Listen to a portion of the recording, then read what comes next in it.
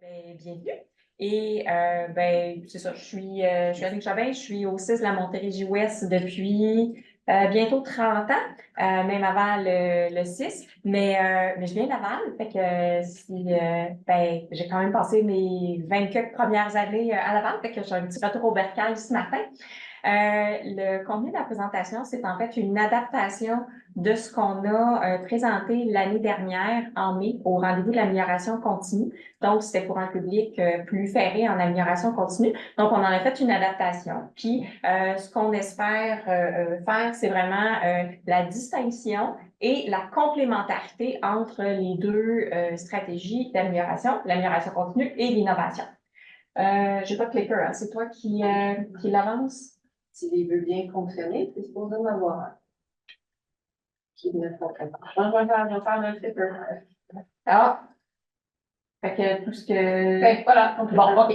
Alors, ce qu'on propose aujourd'hui, c'est vraiment d'abord d'explorer les différences, les complémentarités des deux démarches. Mon objectif, c'est que à la fin de l'atelier, vous soyez plus en mesure de choisir la bonne démarche. On va explorer un petit peu l'écosystème québécois en amélioration continue, en innovation, puis regardez comment conjuguer. Puis on va terminer avec qui appeler si vous avez besoin d'aide. Je vais passer à la suivante. Merci. Donc, j'étais pas toute seule pour monter cette présentation-là. La première fois qu'on l'a faite, je l'ai montée avec ma collègue Héloïse Touga-Leclerc, qui est la chef de l'équipe amélioration continue et du bureau de projet chez nous, au CIS de la Montérégie-Ouest. Et la révision actuelle a été travaillée avec des collègues de son équipe, donc Catherine et Tara. Là. On va commencer avec une introduction au concept. Et c'est là qu'on va pouvoir lancer la prochaine diapo, c'est avec un Menti. Si on vous demande... Là. Excusez, la technologie n'est pas toujours de bord. Soyez indulgents, s'il vous plaît. Je vais aller le chercher. Il ne veut pas. OK. Yes! Donc, on va faire ensemble un petit nuage de mots. Je vais juste donner le code QR. On n'a pas le code QR? Tu devais cacher? Il devait être sur la diapo suivante. Celui-là. Celui-là. Voilà. Je vais commencer par donner le code QR, le temps excellent. de... Le code QR ou encore le code qui apparaît en haut de l'écran quand on va sur le site menti.com. Oui. Je vais juste donner le temps aux gens de se rendre. Se connecter. À l'écran d'avant. Donc, à quoi ça vous fait penser? Vous pouvez écrire 1, 2 ou jusqu'à 3 mots, puis va apparaître un nuage de mots de vos suggestions. Équipe, meilleure, efficacité, mieux, optimisation, changement, optimisation, ça prend de la force, progression, adaptation. OK. Je vais passer au suivant. On avait 9 personnes qui ont répondu. On va faire la même chose pour le concept d'innovation. Le concept d'innovation, ça vous fait penser à quoi? Ah, intéressant. Valeur ajoutée, technologie, rupture, implantation, nouveauté, créativité. Super. Implantation, créativité, nouveau, techno. Excellent. Ça rentre, ça rentre. Ah, là, ça s'active. Et voilà.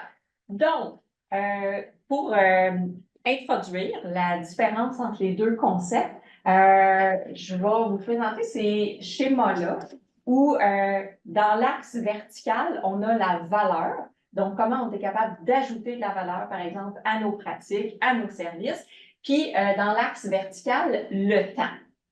Est-ce que c'est clair pour vous? Quel schéma représente l'amélioration continue puis quel schéma représente l'innovation?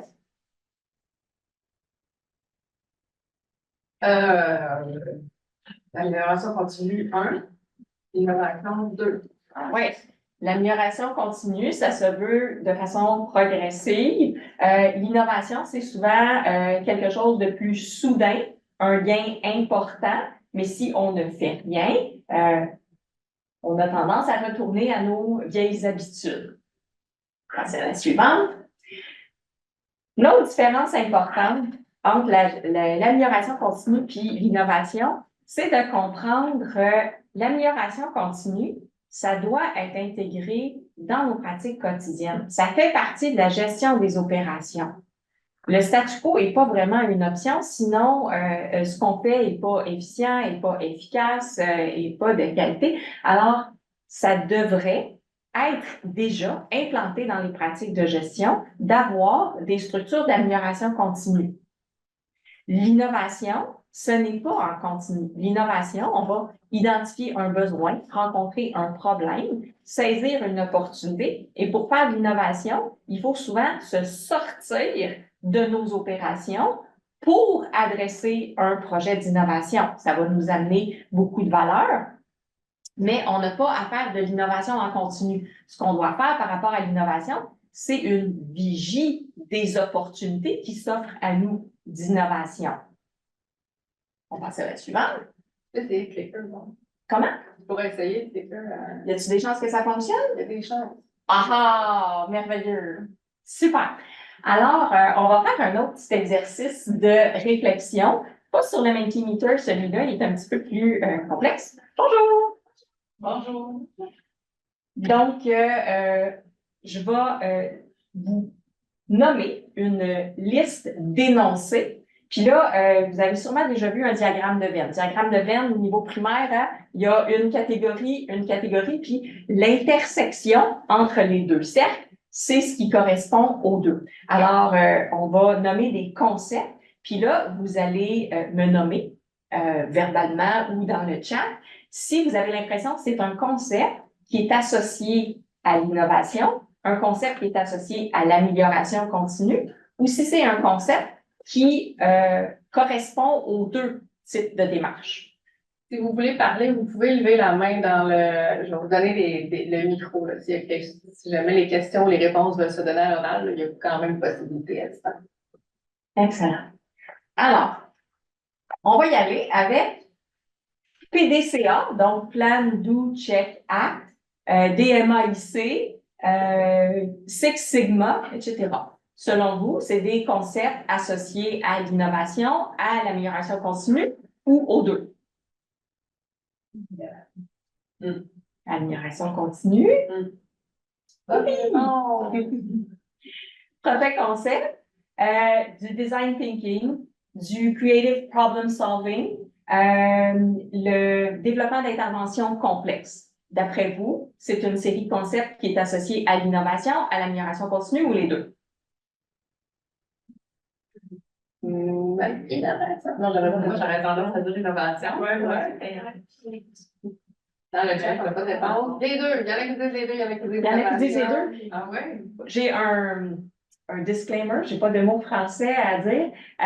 On n'a pas la prétention d'avoir les bonnes réponses. C'est les réponses qu'on a créées ensemble, l'équipe innovation et l'équipe d'amélioration continue de chez nous au 6 de la Montérégie-Ouest. Si vous n'êtes pas d'accord, c'est pas grave, il n'y a pas de faute par rapport à ça. L'idée, c'est de comprendre que les démarches sont distinctes et réfèrent à certains outils différents. De façon plus typique, le creative problem solving, le design thinking et le développement d'interventions complexes est associé avec l'innovation, tandis que d'autres méthodes sont associées avec l'amélioration. On y va avec un autre. La révision des processus actuels.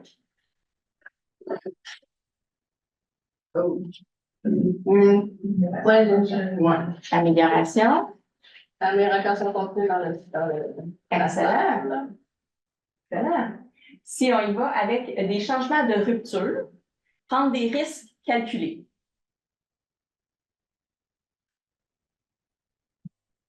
Innovation. Innovation, vendu. Super.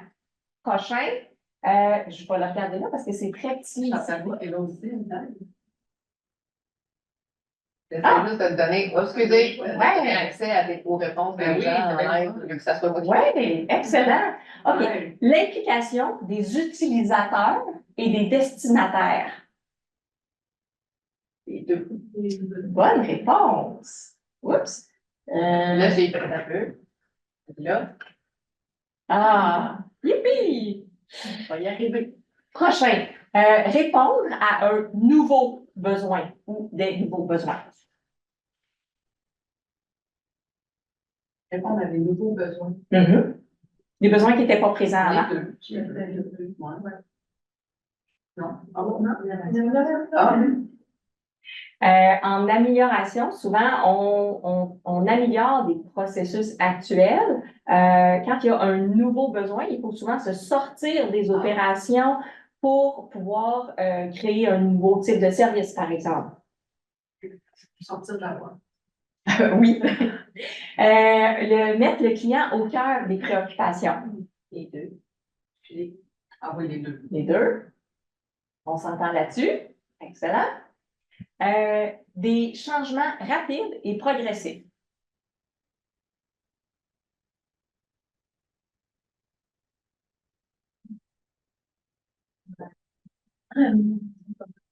Des changements rapides et progressifs. Changement. Dans la salle, on a amélioration continue, innovation. On a les deux. Les deux, c'est en deux. Nous, on mettait ça dans l'amélioration continue. Il y a quelque chose de plus disruptif, pas toujours, mais habituellement associé avec l'innovation. Là, je pense qu'il apparaît caché en fenêtre en haut. Oui, le pouvoir décisionnel remis aux employés. Décisionnel remis aux employés. Amélioration. Amélioration, on va y aller pour ça. Pourquoi est-ce que c'est dans l'innovation, il n'y a pas de pouvoir décisionnel, Annick? Il y en a, mais il y a dans les stratégies en amélioration continue, on utilise beaucoup les équipes de travail. En innovation, on va utiliser aussi les destinataires. Si c'est par exemple quelque chose, un nouveau service qu'on veut développer pour la clientèle, ben on va utiliser des patients partenaires. On va utiliser, ça ne veut pas dire qu'on n'en utilise pas, mais toute la démarche, entre autres du design thinking, est super axée sur les utilisateurs, leurs besoins, ceux qui sont exprimés et même ceux qui ne sont pas exprimés. Des perturbations majeures. Innovation. Un facile. Parfait. Améliorer l'efficience et la qualité des soins et services. Par là, c'est amélioration. On a les deux dans la. Moi, je dirais les deux, oui. Excellent. Là, il est un petit peu plus bas. Oui. Des solutions implantées rapidement. Puis là, ils vont descendre. Fait que tu vas jouer au vidéo avec ça. Pas grave. Donc, des solutions implantées rapidement. Ah, innovation. Oh, c'était pas la réponse à laquelle tu t'entendais? Non. Implantées rapidement. Non, je suis bloquée. Voilà.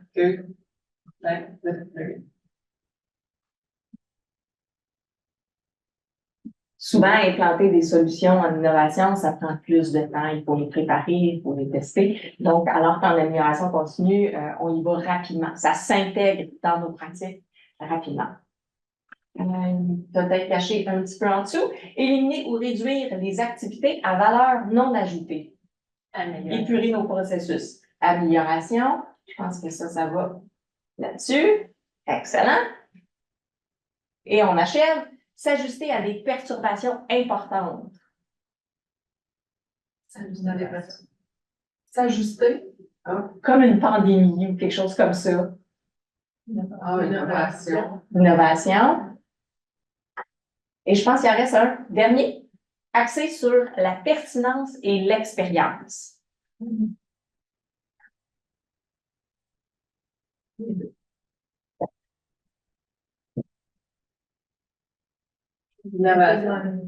Si je faisais un contraste, dans les stratégies d'innovation, on est très axé sur la pertinence et l'expérience qui est vécue par les utilisateurs. Dans les principes d'amélioration continue, on est très axé sur l'efficience, la sécurité, l'efficacité, donc vraiment dans la performance. Ça faisait le tour pour ce petit exercice-là. Ce qu'il faut savoir, c'est que il y a un genre de continuum entre l'innovation et l'amélioration continue. Donc, toute innovation est de l'amélioration, toute amélioration est une forme d'innovation. Mais pour qu'on s'entende, parce qu'il y a des outils différents, on va qualifier les deux extrêmes en fonction d'une notion de continuité ou d'une notion de rupture. Le meilleur parallèle qu'on peut faire, c'est la différence entre la chandelle puis l'ampoule électrique. Pendant des siècles et des siècles, on a amélioré la chandelle comme solution d'éclairage quand le soleil est couché. Donc, on a amélioré les types de paraffine ou de cire qu'on utilise, la qualité de la mèche, tout ça dans le but d'améliorer la quantité de lumière qui est fournie, la durée de la chandelle, l'odeur qui est dégagée, la fumée qui est produite, etc. Donc, on a amélioré la chandelle. À partir du moment où il y a une invention, comme l'ampoule électrique, une invention n'est pas une innovation, mais quand une invention devient utilisée, implantée, adoptée, ça devient la nouvelle façon d'utiliser de l'éclairage. Donc là, c'est une innovation, puis ça vient faire des changements de rupture. C'est pas toutes les innovations qui sont aussi disruptives, mais c'est souvent comme ça qu'on qualifie les deux extrêmes. Donc, les trois ingrédients, c'est nouveau, ça a plus de valeur, donc c'est nouveau, c'est mieux, c'est implanté ou c'est utilisé. Super. On va faire une petite saucette dans les deux concepts. Je ne me décris pas comme une experte en amélioration continue, alors je vous partage certaines diapos qui ont été préparées par mes collègues de l'équipe d'amélioration continue du site de la Montérégie-Ouest. On va commencer par une définition. Qu'est-ce que l'amélioration continue? L'amélioration continue, c'est un mode de gestion qui favorise l'adoption d'améliorations qui sont graduelles, qui vont s'inscrire dans une recherche quotidienne ou régulière d'efficacité et de progrès en faisant appel à tous les acteurs de l'organisation. C'est rare en amélioration continue qu'on va chercher des acteurs externes, des développeurs, des fournisseurs, des usagers, la population en général. L'amélioration continue, c'est souvent une démarche qui se fait plus à l'interne. En amélioration continue, on va parler beaucoup de notions de valeur ajoutée et de gaspillage. On travaille beaucoup sur les processus, puis on cherche à les améliorer. On cherche à réduire les délais, réduire les erreurs, réduire les gaspillages de ressources. Donc, on est beaucoup dans ces notions-là de valeur ajoutée. Des fois, on va parler de valeur processus. C'est nécessaire. Ça ne fournit pas de la valeur directement pour le client, mais c'est une étape nécessaire. Puis, il y a la notion de gaspillage. Mais ça, c'est-tu vraiment nécessaire qu'on le fasse? Dernière diapo sur l'amélioration continue, c'est le fait que c'est une approche itérative, dans le sens où on va privilégier des petits cycles. On parlait du PDCA, le Plan, Do, Check, Act, des cycles rapides. On vérifie, on implante, on vérifie, on apprend, on adapte. Puis, c'est pour ça que ça va donner des améliorations incrémentales. Donc, on fait un petit changement. C'est un petit changement, c'est facile à adopter, à implanter, puis on rajoute un autre petit changement, il est facile à adopter, à implanter, puis on rajoute un autre petit changement. Donc, on y va de façon cyclique comme ça, ce qui donne beaucoup de flexibilité, qui permet d'explorer beaucoup de petites solutions à implantation rapide, puis d'apprendre de façon régulière. Donc, c'est deux démarches qui favorisent une culture d'organisation apprenante. Puis, si le petit test qu'on fait, le petit cycle ne donne pas les résultats escomptés, ben, on fait juste éliminer celle-là, puis on part dans une autre direction pour apprendre autrement. Il n'y a pas de questions, ça va? Bonne idée, je pense que c'est beau. Excellent. Good. On va faire maintenant une petite saucette dans l'innovation. Là, c'est mon domaine chouchou. J'ai un petit peu plus de contenu. Je vais commencer avec des définitions. C'est un peu plate, les définitions, mais c'est important qu'on sache de quoi on parle puis qu'on parle tous le même langage. Quand on parle d'innovation, on peut parler de deux perspectives ou deux types de définitions. On peut concevoir l'innovation comme une finalité, c'est une innovation, ou comme une démarche, on fait de l'innovation. Si on commence par l'innovation en termes de finalité, une fois qu'on a quelque chose qui est nouveau, implanté, utilisé, La définition qui a été adoptée au CIS de la Montérégie-Ouest n'est pas parfaite. Si c'était à recommencer, je la bonifierais encore. Mais celle qui a été adoptée par le comité de direction, c'était tout nouvel ensemble de comportements, de technologies, de façons de faire qui est implanté dans les pratiques, qui vise à améliorer la santé et le bien-être de la population par un gain de pertinence ou de performance. Plus récemment, ça se développe beaucoup, tout ce qui touche l'innovation chez nous et ailleurs. Et le HEC a développé un masterclass sur la gestion de l'innovation en santé. Et Laurent Simon propose cette définition-là. Donc, l'innovation comme finalité est une solution nouvelle qui répond à un besoin spécifique d'un usager. Un usager, ça peut être un employé, un patient, donc d'un usager ou d'un utilisateur, qui est adapté à son contexte, qui est mis en œuvre et qui contribue à l'utilité et à la génération de valeur. Une définition peut-être un petit peu plus théorique, mais qui permet de généraliser à plusieurs types d'innovation. Finalement, en langage plus simple, l'innovation, c'est le fruit de la démarche qui concrétise une idée en comportement, technologie, pratique concrète, de façon à répondre à un besoin, puis qui apporte un gain de valeur. Si c'est le fruit qui est le fruit d'une démarche, ben on va explorer c'est quoi la définition de cette démarche-là. Donc, qu'est-ce que l'innovation en tant que démarche? Là, je vais vous partager directement celle de Laurent Simon qui a été partagée lors du masterclass au HEC. Donc, c'est le processus. Et là, faut prendre un respire pour la dire au complet. C'est un processus et l'organisation qui mène à l'identification d'un enjeu, sa caractérisation, l'exploration de sa solution, son imagination, sa conception, sa valuation. Donc, on imagine une solution, puis on la développe. Son développement, son prototypage, ses tests, sa validation, son implantation, sa diffusion, puis on peut même ajouter son évaluation et sa valorisation. Chaque thème est important là-dedans, puis ça fait toute partie de la démarche de l'innovation. Souvent, on peut parler du cycle de l'innovation.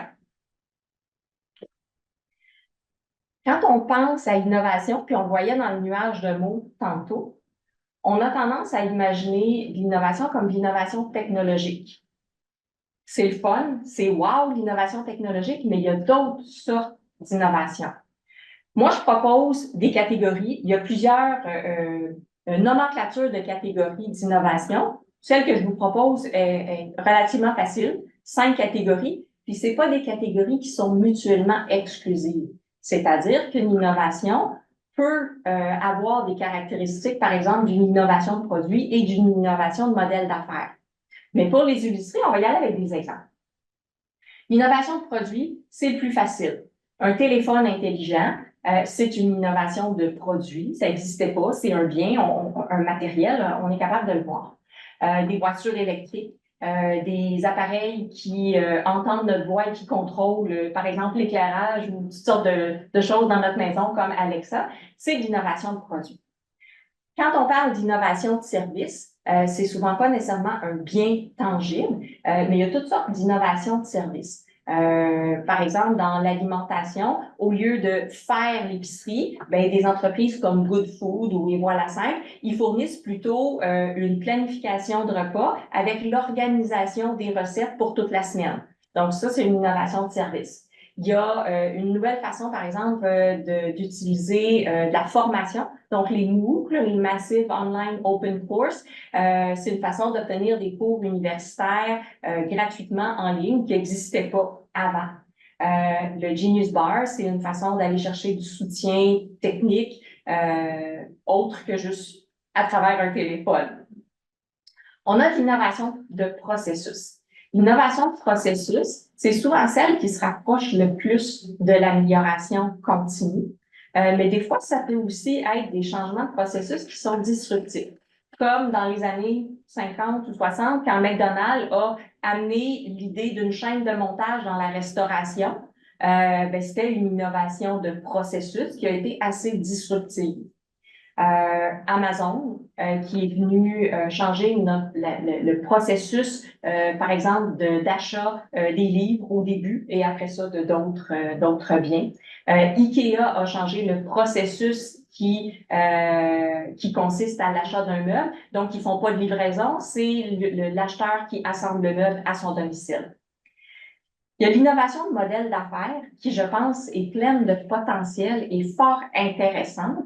L'innovation de modèle d'affaires, c'est vraiment quand on change la relation entre les fournisseurs et les utilisateurs d'un bien, produit, service, etc. On peut penser par exemple à Bixi. Donc, au lieu de vendre des bicyclettes, on va charger à l'utilisation pour des bicyclettes dans des milieux urbains. On peut penser à Uber ou Airbnb, où au lieu de fournir de l'hébergement ou du transport, on met en relation des fournisseurs et des utilisateurs. Donc, on change le modèle d'affaires. Netflix, c'est la même chose. Au lieu de louer un film, comme quand on allait chez Blockbuster avant, ils ont fourni un abonnement. Donc, c'est une relation différente entre les fournisseurs et les utilisateurs. Finalement, l'innovation sociale. L'innovation sociale, c'est quelque chose qui vient changer les relations. Des fois, ça amène même un changement de culture dans des groupes ou dans des sociétés. On peut penser, par exemple, à Communauto, qui change la façon dont, comme société, on voit le transport. Des jardins communautaires. Ou encore Nez Rouge. Est-ce que l'arrivée de Opération Nez Rouge a changé vraiment notre façon de voir le transport dans le temps des fêtes puis notre relation avec la consommation d'alcool? Plus dans le domaine de la santé, si on pense à une innovation produit, pendant longtemps, moi, il fallait que je fasse des trous dans mes doigts partout, plusieurs fois par jour pour pouvoir tester ma glycémie. Là, maintenant, j'ai un petit capteur, j'ai juste à regarder mon téléphone, puis j'ai toute l'information en continu. C'est une belle innovation de produit. L'innovation de service, un exemple, c'est par exemple, avant 2020, on connaissait pas la COVID, on connaissait pas non plus la COVID longue. Donc, on a mis sur pied des services de réadaptation pour les personnes avec la COVID longue. D'ailleurs, on avait eu une belle collaboration avec les gens de l'hôpital juif de réadaptation à ce sujet-là. C'était pas mal intéressant. Si on pense à l'innovation processus, là, c'était difficile de trouver un exemple qui touchait juste le processus parce que Clic Santé, c'est aussi une innovation technologique, mais c'est une innovation de processus dans le sens où on change comment les personnes prennent leur rendez-vous, par exemple, pour de la vaccination.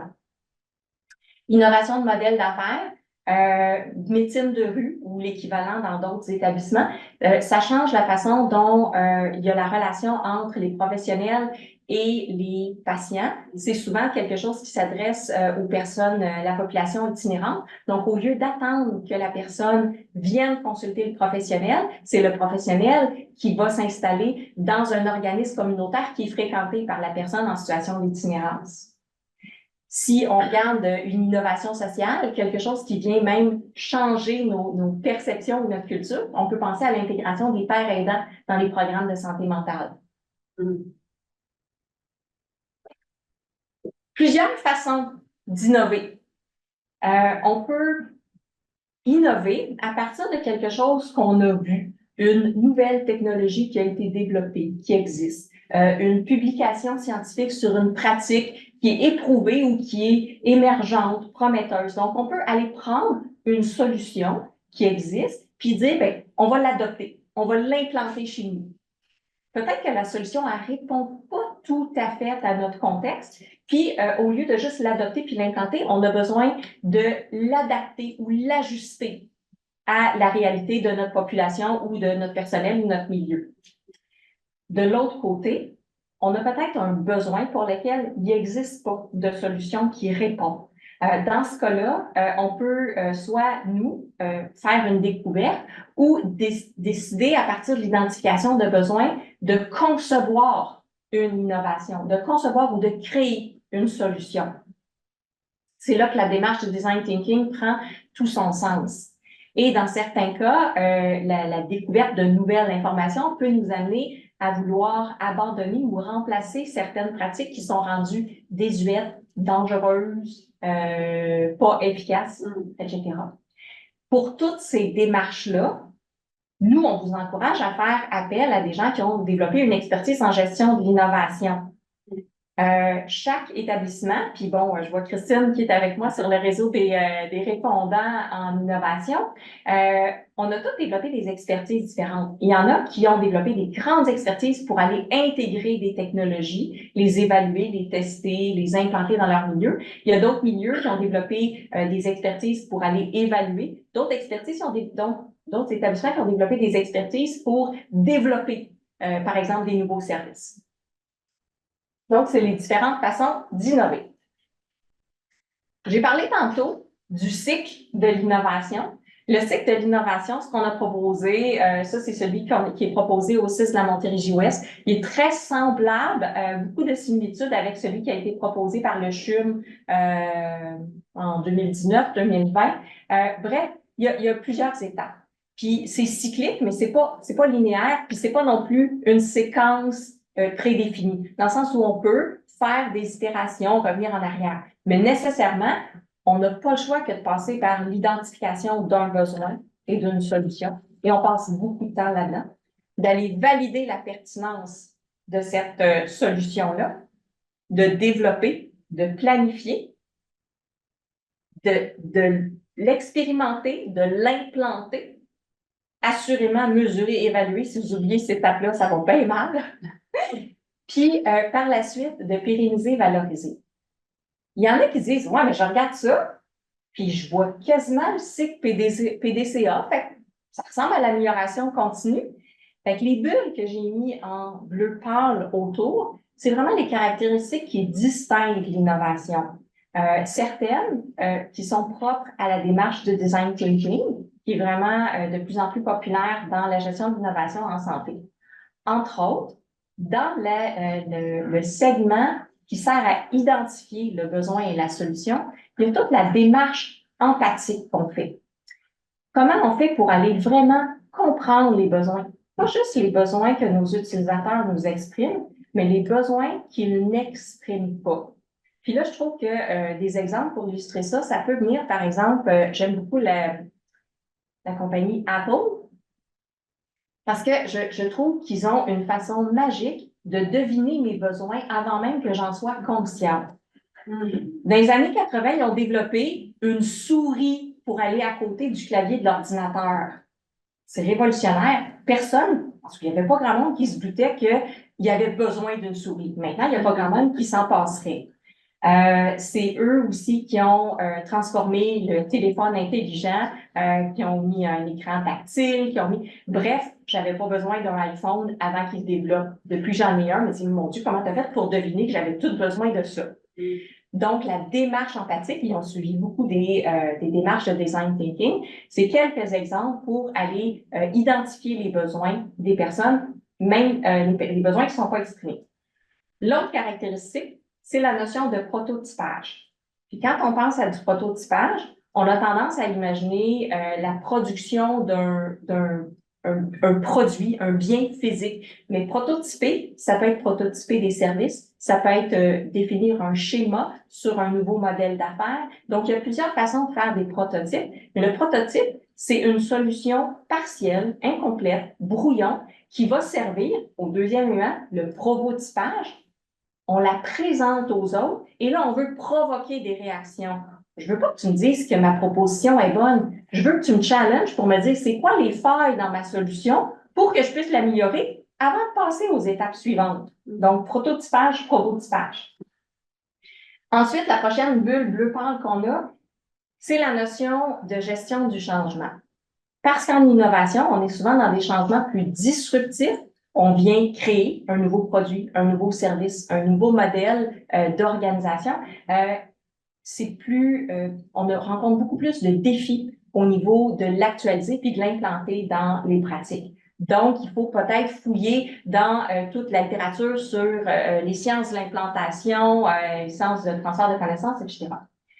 Dernière bulle, c'est quand on fait de l'innovation, oui, ça répond à notre besoin, mais souvent, on a travaillé fort, on a investi beaucoup d'énergie, on a pris des risques, on a fait des apprentissages parce que c'est pas une ligne droite. Souvent, on se plante puis on rencontre des cul-de-sac avant d'arriver à la solution finale. Est-ce qu'on peut faire profiter les autres de nos apprentissages, de nos erreurs, de nos bons coups, puis rendre notre solution exportable, utilisable. Donc là, il y a plusieurs stratégies qu'on peut utiliser. Donc ça, c'est ce qui distingue aussi l'innovation de l'amélioration continue. Petit mot sur le design thinking. Je ne sais pas s'il y en a qui sont familiers avec le design thinking. C'est un peu comme le Lean a fait son entrée dans le réseau de la santé, bien, le design thinking fait son entrée dans le réseau de la santé à cause de la puissance de cette démarche-là. Dépendamment des sources, on va parler de 4, 5 ou 6 étapes. La démarche qu'on suit au Sismo, c'est en 5 étapes. Donc, on y va avec l'empathie, la démarche empathique pour bien comprendre les besoins des personnes concernées par la situation problématique. On définit le problème. L'idée, c'est d'arriver à identifier notre défi. Si on a fait ce travail-là en amont, l'étape d'idéation va être très porteuse et puissante. Des fois, les techniques d'idéation, comme les brainstorms, ont mauvaise réputation parce que quand on les fait de façon isolée, c'est pas aussi porteur que quand on a investi beaucoup de temps dans les étapes précédentes. Finalement, après l'étape d'idéation, on génère beaucoup d'idées, on les priorise, on en regroupe certaines, donc on fait un concept de solution. Notre concept de solution, on va le prototyper, on va le tester. Donc ça, c'est vraiment toute la démarche du design thinking. Je vais arrêter de parler un petit peu ou je vais parler moins. Je vous encouragerais, après avoir entendu tout ça, à identifier après les énoncés, d'après vous, cette situation-là, ça se porte, ben c'est correct, ça se prête à un besoin d'amélioration continue ou un besoin d'innovation? Faut que je refasse mon partage. Tantôt, j'ai partagé juste, ça n'a pas changé correctement. Fait que je vais juste... Ça va laisser le temps au monde de sortir leur téléphone. Je vais juste m'assurer que tout le monde est... OK. Oui, je ne sais pas si tu hover ou si tu cliques parce que on devrait voir la phrase qui apparaît. Exactement. Allez, c'est ça. Good. Là, je vais juste m'assurer à distance tantôt, le partage était mal fait, vous ne voyez pas l'écran Menti. Est-ce que maintenant vous voyez le bas de l'écran? Donc, on n'est plus dans le PowerPoint, on est dans le Menti. C'est beau, Anne-Sophie. Parfait, merci. Excellent. Donc, dans cette situation-là, l'équipe de réadaptation constate que beaucoup de temps est perdu à la gestion des aides techniques et des équipements d'exercice.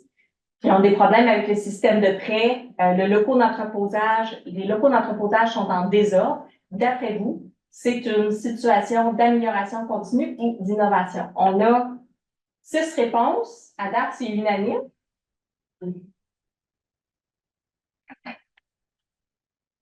9 réponses complètement unanimes. Je pense qu'on peut arrêter ça là. Ben, bravo.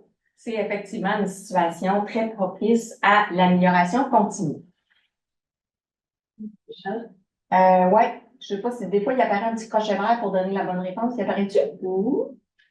Ça n'a pas l'air. Ça n'a pas l'air. OK. Je pense que je devrais m'en rappeler. La prochaine situation, des professionnels psychosociaux ont l'habitude d'offrir des suivis de 10 à 15 rencontres. Puis, il y a des études récentes qui proposent un nouveau mode d'intervention en une seule séance pour certaines problématiques. Là, on a déjà 9, 11 personnes. Wow, mon Dieu, il n'y a aucune silence ici. Ils sont tous à la même corde. On est des bons étudiants. Vraiment, vraiment.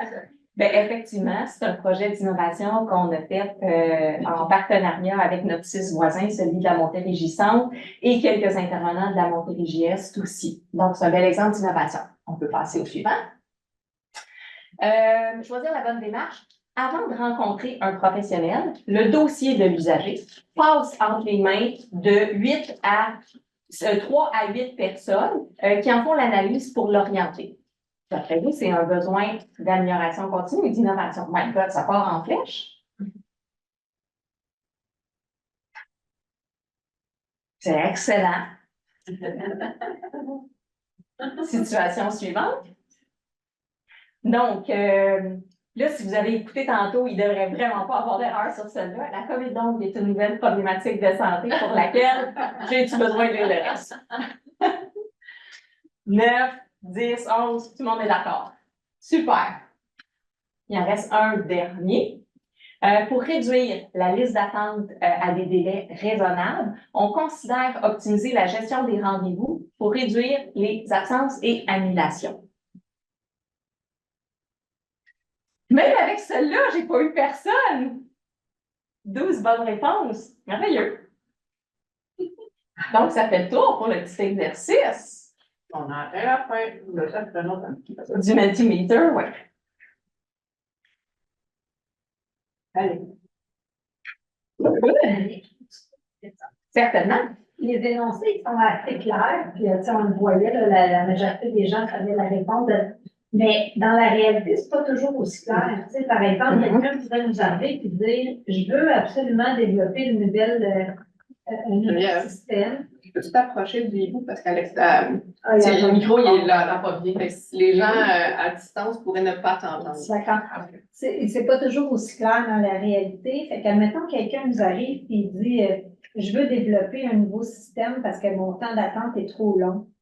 Ben, ça veut pas dire qu'on est nécessairement à une étape de design thinking puis de créer une innovation. Ça pourrait être dans tous les processus. Fait que comment tu fais pour distinguer ça va dans quelle démarche ou à quelle équipe, qui va accompagner? Est-ce que vous le faites toujours en co-construction, le ligne puis l'innovation? Non, je dirais que c'est pour ça que les deux démarches sont complémentaires. Puis, ce qu'on essaye de faire, nous, c'est on essaye d'orienter le besoin le mieux possible dès le départ. Mais c'est pas parce qu'on a pris une orientation que l'orientation est bonne jusqu'à la fin. Par exemple, un projet peut être démarré peut être soutenu au démarrage par l'équipe d'amélioration continue. Puis là, à un moment donné, il rencontre un nœud. Puis il aimerait ça avoir le soutien de l'équipe innovation, par exemple, pour imaginer des nouvelles solutions. Parfait, on intervient, puis après ça, ils peuvent continuer, ou vice-versa. Donc, c'est vraiment des démarches qui sont complémentaires. Puis l'idée, c'est que les équipes travaillent de façon synergique, pas travailler en double. On a des ressources beaucoup trop précieuses pour pouvoir faire ça. Mais de savoir quand est-ce que je devrais interpeller mes collègues à l'amélioration continue et quand est-ce que eux pourraient nous interpeller. Moi, j'aurais une autre question. On sait depuis tantôt, tu as présenté à quel moment des fois, on peut juste implanter une solution déjà qui est déjà quand même bien ficelée, puis on veut l'implanter dans nos secteurs. Des fois, on va faire vraiment du co-développement. Pour vous, la ligne, vous autres, au 6, où est-ce que vous vous situez? Puis, comment ça impacte justement les processus? Parce qu'il me semble qu'il y a vraiment une différence entre implanter un système qu'on n'a pas besoin de développer. Oui. Bien, en fait, si c'est juste je ne sais pas moi, un nouveau système d'information clientèle, bien, c'est pas quelque chose qui est nouveau, qu'on a besoin de mesurer, documenter les impacts. On a juste besoin de l'implanter. Bien, ça, pour moi, c'est de la gestion de projet. Okay. Fait que peu importe qui, est-ce que ça va être la direction transformation santé numérique, est-ce que ça va être, je sais pas moi, c'est un dossier qui touche les archives, est-ce que ça va être les archives qui vont s'en occuper. Donc, c'est la personne, puis si elle a besoin, elle va aller chercher du soutien si nécessaire. L'expertise en innovation, ça se rattache beaucoup à ce que je disais, le cycle de l'innovation. Si la personne a juste besoin de stratégie pour l'implanter, si c'est vraiment nouveau puis il y a une grosse gestion de changement, ben là, il pourrait faire appel à l'équipe, par exemple, de développement organisationnel ou encore à l'équipe d'innovation pour voir des stratégies pour faciliter l'implantation. Mais peut-être juste pour ça, parce que tout le reste, ils ont les bons outils pour gérer leur projet. Si c'est par contre, comme on a souvent des demandes, un fournisseur qui a une technologie, mais qui est pas 100% au point, qu'on voudrait mesurer les impacts, qu'on voudrait peut-être la bonifier, ben peut-être que là, il y a de l'avantage d'avoir une équipe avec une expertise en innovation pour pouvoir l'accompagner. Mais il n'y a pas personne qui a le monopole. Comme l'amélioration continue, tout le monde fait de l'amélioration continue. On n'a pas besoin d'avoir l'équipe d'experts. Mais quand on rencontre un nœud plus crunchy, ben peut-être qu'on a besoin de quelqu'un pour nous guider. Tout le monde peut faire de l'innovation. Il y a plein d'innovations qui se fait chez nous sans notre aide. Puis quand ils ont besoin d'aide, ils nous interpellent. Je ferais un petit détour sur les écosystèmes québécois. Quand on parle d'amélioration continue, il y en a peut-être qui sont familiers avec la CDPAC, la Communauté virtuelle de pratique en amélioration continue. C'est une communauté de pratique qui est extrêmement active, beaucoup de monde. Ils ont un rendez-vous annuel en présence qui a eu une petite pause pendant la pandémie, mais qui a repris, donc le rendez-vous annuel, le RDAC, rendez-vous annuel en amélioration continue. Il y a aussi le mouvement québécois de la qualité, puis bon, il y a d'autres organismes qui sont en soutien et qui font vivre cette culture d'amélioration continue-là dans la province. Au niveau de l'innovation, ce qu'il faut savoir, c'est que depuis longtemps, le ministère de la Santé et des Services sociaux a un bureau de l'innovation, mais il n'y avait pas beaucoup d'activités visibles par nous. Depuis à peu près 2 ans, là, c'est en effervescence. Il y a le réseau des répondants à l'innovation, c'est-à-dire des représentants de tous les établissements santé et services sociaux de la province qui siègent, qui ont des rencontres à tous les mois en virtuel, une fois de temps en temps en présentiel. Donc, les établissements qui sont là, qui contribuent. Mais l'innovation, quand je dis ça se fait pas juste à l'interne, ça se fait aussi avec des partenaires des entreprises qui développent de la technologie, des entreprises de services, des organismes communautaires, les universités pour toute la recherche. Il y a souvent des liens très importants, d'où l'idée de mettre ça sous la mission universitaire, l'innovation et la recherche. Donc, les universités, la collaboration qu'on a avec les chercheurs et les connaissances qui sont développées. Il y a aussi un joueur avec qui on n'a pas beaucoup l'habitude de travailler, c'est le ministère Économie, Innovation, Environnement, parce qu'il vient beaucoup catalyser. Il vient injecter du financement pour aider des entreprises, des startups dans les technologies en sciences de la vie. Il y a le bureau d'innovation. Moi, je disais à la blague à un moment donné, c'est comme s'il jouait à Tinder. Il met en relation des fournisseurs de solutions avec des milieux preneurs, donc des milieux cliniques qui ont besoin de cette solution-là pour favoriser le développement de la solution, la mesure, l'évaluation de la solution et éventuellement planifier, par exemple, une mise à l'échelle. Il y a aussi, quand on parle de technologie médicale, de dispositifs médicaux, l'INES a un rôle à jouer pour l'évaluation des dispositifs médicaux, pas juste les médicaments et de certaines interventions. Puis il y a certains établissements qui ont des UETMI, donc des unités d'évaluation des technologies médicales et d'intervention en santé. Donc, c'est toutes puis il y en a d'autres, il y a des catalyseurs, il y a MedTech+, il y a des gens pour aider, par exemple, la valorisation des innovations. Il y en a plein. C'est ça, je demandais à dire. Lundi, là, ça va probablement finir sur YouTube pour ceux qui l'ont manqué, qui veulent la réécouter. Mais on avait un panel sur l'innovation où était présente Asna, la directrice du bureau d'innovation du M3S. On avait une chercheure, Eva Kiaya, qui est au CRIR. On avait aussi Isabelle Thibault, qui est la présidente, la directrice générale de l'Esplanade du Québec, qui est un accélérateur d'innovation en innovation sociale et écologique, je pense.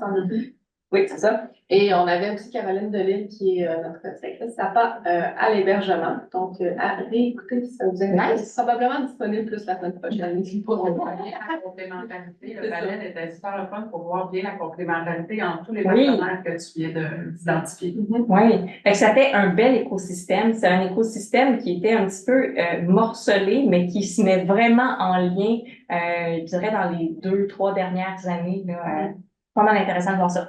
Il y a aussi une communauté de pratique en gestion d'innovation qui a été initiée par le CHUM, qui est maintenant portée par plusieurs établissements. Puis c'est ouvert aux personnes qui sont intéressées. Voilà pour ça. Comment conjuguer? On a dit que c'est des démarches qui sont complémentaires. Fait que j'ai un autre petit exercice pour vous avec des images. Vous allez peut-être retrouver des graphiques que vous avez vus au début de la présentation. Maintenant, je vous parle d'une situation et vous identifiez lequel des schémas représente cette situation-là. Alors, si je vous dis une série d'innovations consécutives, d'après vous, ça correspond à quel schéma? Il y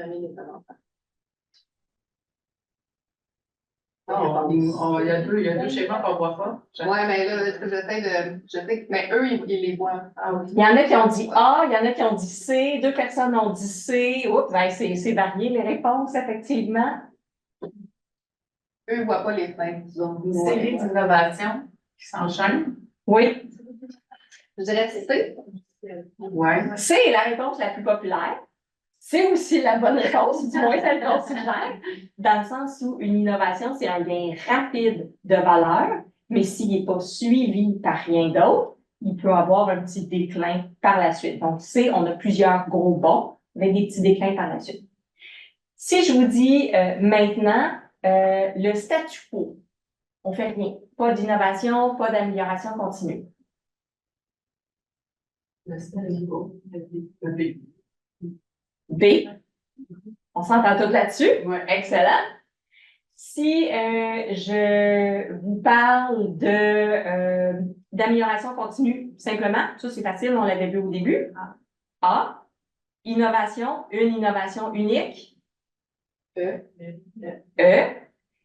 Si je parle d'une situation où on a une combinaison d'amélioration continue et d'innovation. Attends. On va juste laisser les gens, parce que là, on répond plus vite dans la salle que les gens. Je leur laisser une chance.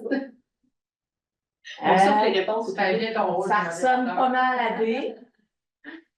J'espère, moi, vous avoir convaincu que le plus puissant, c'est de combiner les deux démarches. Le gain de valeur est immense quand on fait ça. Maintenant, il y en a un qu'on n'a pas nommé, c'est le graphique F. J'aimerais ça savoir, ça vous fait penser à quoi?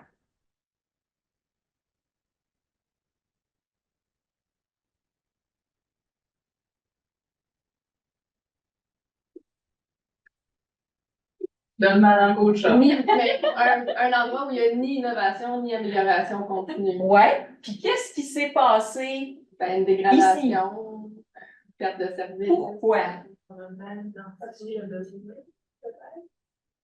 Il pourrait-il avoir eu une perturbation, puis on a manqué une opportunité d'innovation? Ah. J'appelle ça une opportunité d'innovation manquée.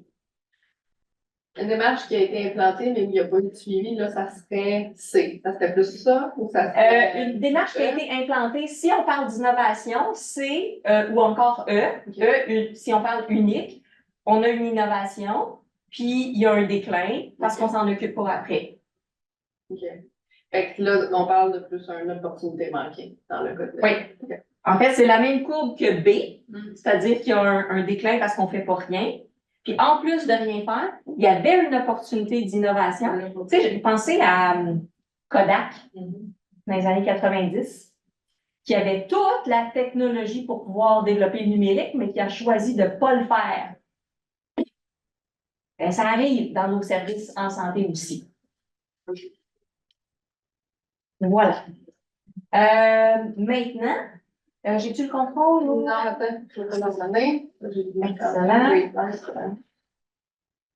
Voilà, super. Donc, ça revient un petit peu à la question, c'est Geneviève ton nom, hein? À la question que Geneviève posait, qu'est-ce qu'on fait? Alors, on n'aura jamais une réponse franche. À la lumière de tout ce qu'on a discuté, on identifie du mieux qu'on peut le besoin initial. Est-ce que c'est un besoin d'amélioration ou c'est un besoin d'innovation?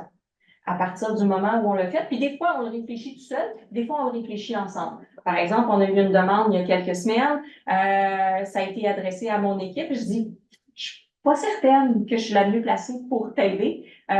Si ça te dérange pas, on va avoir une rencontre. Fait qu'il y avait mon collègue Taha, moi qui étais là, l'équipe clinique, on en a discuté. Et à la fin de la rencontre, on s'entendait toutes qu'on devait d'abord commencer avec une démarche d'amélioration continue et que si dans le futur, il rencontrait un nœud, là, il interpellerait l'équipe d'innovation. Donc, on assigne la ressource appropriée, une ressource de soutien. On on utilise la démarche pertinente, mais on se permet, puis ça, c'est l'élément le plus essentiel, de réévaluer puis d'ajuster aux besoins. C'est pas parce qu'on a pris un chemin qu'on est coincé avec cette ressource soutien-là ou avec cette démarche-là. C'est deux démarches qui sont complémentaires, puis il faut être capable de conjuguer puis de les utiliser de façon synergique. En fait, d'habitude, quand on l'a fait ou quand on va la refaire chez nous, on proposait les ressources. Si vous avez besoin d'aide en innovation ou en amélioration continue qui vous interpellez, ben là, merci à Jacinthe et à Michel de m'avoir donné les informations. Et Anne-Sophie. Et Anne-Sophie et Christine et bon, tout le monde, de vous donner cette information-là. Je ne sais pas si vous avez envie de compléter l'information pour chez vous. Ben oui, ben en fait, il y a le signe de construction, en fait, c'est pour dire, il y a le bureau d'évaluation et d'innovation qui a été lancé là, au début de la semaine, qui est sous la direction, la responsabilité de la direction de la recherche, de l'innovation, de l'enseignement et de la mission universitaire. Donc, on est en construction en ce moment où on va se définir notre mission, notre vision, notre offre de service. Assurément, on va mettre à profit toute notre expertise en évaluation et en innovation. On va l'annoncer, là, et quand on sera prêt, on va partager toute l'information. On a laissé mon adresse courriel, là, si jamais il y a des questions ou quoi que ce soit, vous pouvez m'écrire, il n'y a aucun problème. Et bien sûr, il y aura une page qui sera dédiée au bureau d'évaluation et d'innovation. C'est après. Super! Puis, on a le penchant pour, si votre besoin mérite plus d'être orienté d'emblée vers l'équipe d'amélioration continue, de la performance et du bureau de projet. Donc, les coordonnées sont là. Et ça fait le tour. Je garderai les dernières minutes pour des questions, des commentaires, des discussions. Je vais lancer dans la salle, oui, à distance, et dans la salle en présentiel. Avez-vous des questions? Des commentaires? On peut y aller. Ben, ça, finalement, ça a l'air qu'on s'entend bien de ça. Ah bon. Ben, merci beaucoup, c'est vraiment éclairant. Moi, j'ai directrice de la DQEP, donc j'ai fait un volet amélioration continue. Donc, une collègue de Michel à qui j'ai parlé hier. Oui, exactement. J'aimerais ça t'entendre la pertinence clinique, des projets de pertinence clinique. Selon toi, c'est plus une démarche d'innovation ou une démarche d'amélioration continue?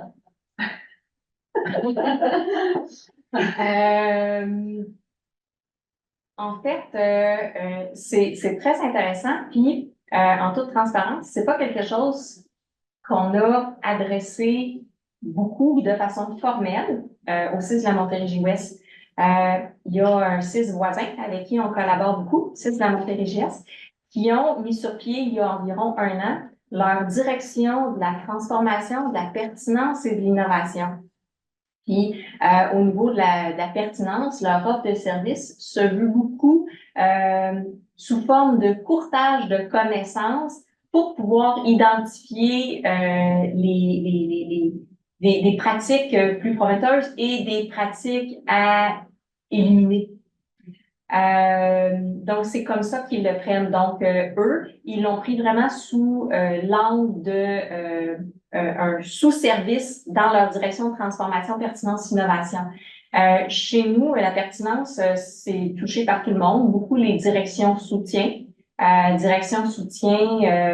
services multidisciplinaires, soins infirmiers, des SPEM, là, services professionnels, enseignements médicaux, etc. C'est pas une facile. Non, ben on aime ça. C'est ça qui est le fun. Là, j'ai une question en répétition, mais c'est juste que tu ne l'as pas vu avant. Mais tout le monde me demande est-ce qu'on va pouvoir mettre donner accès à ton PowerPoint? Oui, il faut le partager. C'est ça. Puis comme je disais, là, elle est enregistrée. On va probablement essayer de te mettre sur YouTube, mais je ne sais pas encore si je te mets en YouTube accessible ou en YouTube caché. On pourrait en discuter, mais on va essayer de s'arranger pour que les gens qui étaient là, qui voudraient réécouter, aient accès. Dépendamment de comment tu la partages, il y a certaines diapos qui sont cachées. Fait que, on va regarder ça. Tu feras peut-être un petit partage PDF là, pour qu'elle soit bien. Oui, actuellement, c'est toujours un en petit peu de PDF. ménage de faire dedans. Oui, c'est toujours en PDF que je partage. Ouais.